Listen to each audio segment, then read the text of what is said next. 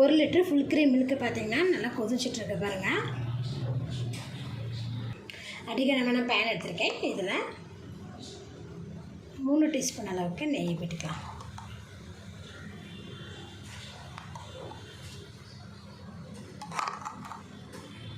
நெய் பார்த்திங்கன்னா எல்லா இடத்துலையும் இருக்கிற மாதிரி நல்லா அப்ளை பண்ணியாச்சு. இப்போ இது கூட பார்த்திங்கன்னா பாதாம் பருப்பு, முந்திரி, திராட்சை இது எடுத்துருக்கேன்.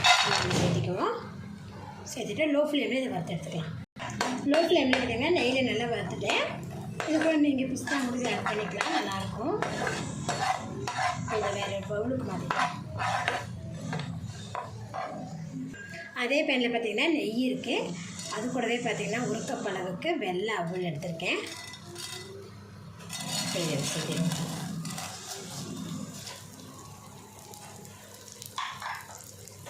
இதே நெய்யில் நல்லா மிக்ஸ் பண்ணி லோ ஃப்ளேம்லேயே வறுத்து எடுத்துக்கலாம். லோ ஃப்ளேம்லேயே லைட்டாக வறுத்து எடுத்தால் போதும், ரொம்ப வறுக்கணும்னு அவசியம் இல்லை. இப்போ பார்த்தீங்கன்னா அவ்வளோ பாருங்கள், இந்த அளவுக்கு நல்லா வறுத்து எடுத்துட்டேன். 1 லிட்டர் பால் பார்த்திங்கன்னா நல்லா சுண்ட காய்ச்ச அது என்னாச்சுன்னு பார்த்திங்கன்னா 6 லிட்டருக்கும் கொஞ்சம் அதிகமாக வந்திருக்க பாருங்கள்.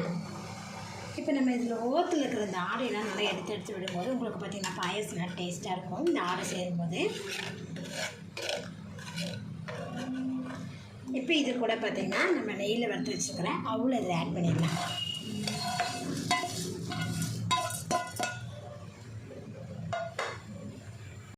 அவளில் நல்லா பாலோடு மிக்ஸ் பண்ணி பால்லேயே பார்த்திங்கன்னா அவள் நல்லா குக் ஆகட்டும். அதுக்குள்ளே நம்ம வெள்ளை பாகு ஆட் பண்ணி பாகு ரெடி பண்ணிக்கலாம். 1 கப் அவளுக்கு பார்த்திங்கன்னா 1 கப்புக்கு கொஞ்சம் அதிகமாக வெல்லம் எடுத்திருக்கேன். அதில் 1/4 கப் அளவுக்கு தண்ணி சேர்த்துக்கலாம். வெல்லம் பாருங்கள் நல்லா முழுசாக கரைஞ்சி நமக்கு வெள்ளை பாகு ரெடி ஆயிடுச்சு. அவள் பார்த்திங்கன்னா நல்லாவே குக் ஆகிட்டுருக்கு பாலோட. இப்போ இது கூட பார்த்திங்கன்னா நம்ம வெள்ளை பாகு இதில் சேர்த்துக்கலாம்.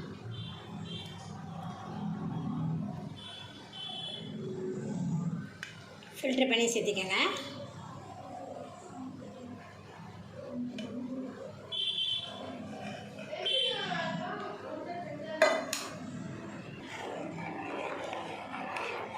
வெள்ளை பாகு சேர்த்து நல்லா மிக்ஸ் பண்ணிட்டேன். இப்போ இது கூட பார்த்திங்கன்னா 2 ஏலக்காவை நல்லா ஃப்ரெஷ்ஷாக தட்டி போட்டிருக்கேன். கூடவே நெய்யில் வச்ச முந்திரி, திராட்சை, பாதாம் பருப்பு இதில் சேர்த்துக்கலாம். நம்மளோட அவல் பாயசம் பார்த்திங்கன்னா நல்லா டேஸ்ட்டாக ரெடி ஆயிடுச்சு. நீங்களும் இது கூட ட்ரை பண்ணி பாருங்கள். இந்த வீடியோ பிடிச்சா லைக் பண்ணுங்கள். மறக்காமல் அண்ணன் சமையலை சப்ஸ்கிரைப் பண்ணிக்கிறேன்.